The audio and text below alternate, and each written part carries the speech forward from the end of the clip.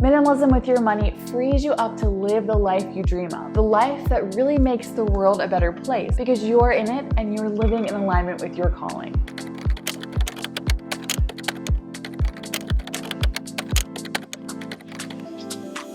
When my husband and I first got married, we had no idea how to manage our money. So we sat down, added up our car payment, our student loans, our credit cards, anything else that we owed, and had this literal freak out moment of like, we are over $50,000 in debt.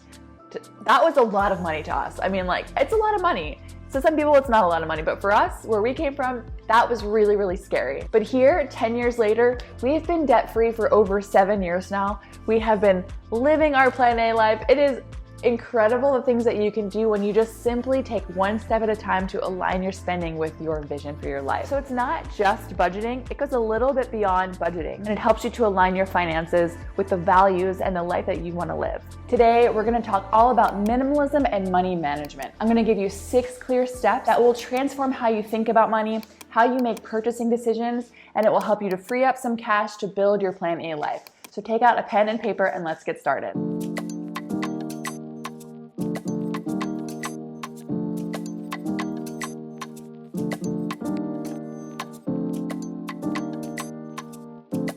Step number 1 is a 3-month spending audit. You're going to record all of your actual expenditures for the last 3 months. To do this, start with a blank piece of paper or spreadsheet. Create categories like mortgage or rent, car gas, utilities, groceries, clothing, meals out, gym memberships, etc. Every single thing you've spent money on must fall into a category. Then go back and total up each separate category. Step number 2, if you have consumer debt, add it all up. Student loans, credit cards, car payments, etc. If you're debt-free, you get to skip this step. Step 3, take out a blank sheet of paper and write down what you envision for your life. What do you value the most? Maybe that's family or wellness or health, having a lovely home to invite people to, traveling, reading, writing books. If money were a non-issue, how would you choose to spend your time? So what even is minimalism in your finances? Like, if you think about it, minimalism is only using or having the stuff that's really necessary, the things that really add value to your life. And so minimalism in money is the same kind of thing. It's spending your money on stuff that's really adding value to your life and cutting out the excess. And now hear me out, this is not about frugalism, this is not about penny pinching. This is just taking a really good analysis at what you spend your money on and the kind of life you want to be living and bringing those two things into alignment. Because if you're spending towards a different life, you're gonna get that different life. Step 4, identify misalignments. So with that vision in mind, go back to your spending audit and notice what doesn't align with that vision. If it doesn't align, it's time for it to go. Maybe that's expensive activities that are robbing you of family time at home, or Netflix and other streaming services, but you really wish that you read more books. Maybe it's a lot of takeout, but you really want to make home-cooked meals and have memories cooking with your kids.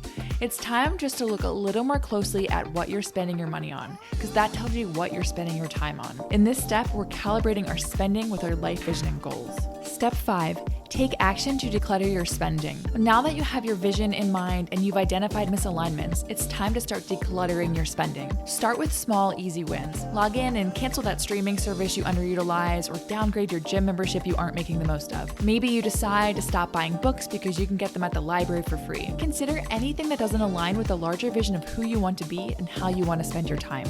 Step 6, create a zero-based budget for next month. At the top, write down everything you know or you think will come in next month, and then below that, write down a list of everything that's planned to go out. Start with the predictable stuff like mortgage or rent, water, internet, etc. Then move on to the more discretionary items like groceries, car gas, clothing, haircuts, a birthday gift, everything you imagine spending money on next month. Then subtract all of your outgo from your total income for next month and notice what's left over. If you have debt, you can use that extra money to start paying down your debt. If you don't have any debt, you can use that extra money for savings, investing, for generosity. Or if there's not any money left over, you notice now that you need to recalibrate your outgo and see what you can cut so that you're not spending more than you're earning. People really like to overcomplicate personal finance. Banks and investment companies, etc., they love to use big, fancy, intimidating words like fiduciary, fungible, lots of crazy acronyms that they're just assuming you know what they mean. And they kind of do that on purpose because they want to complicate things. But in reality, at the end of the day, Personal finance is just third grade math. So if you've made it through the third grade by now, you can do this. Minimalism in your money is about more than just being frugal, and it's more than just saving money and not wasting money.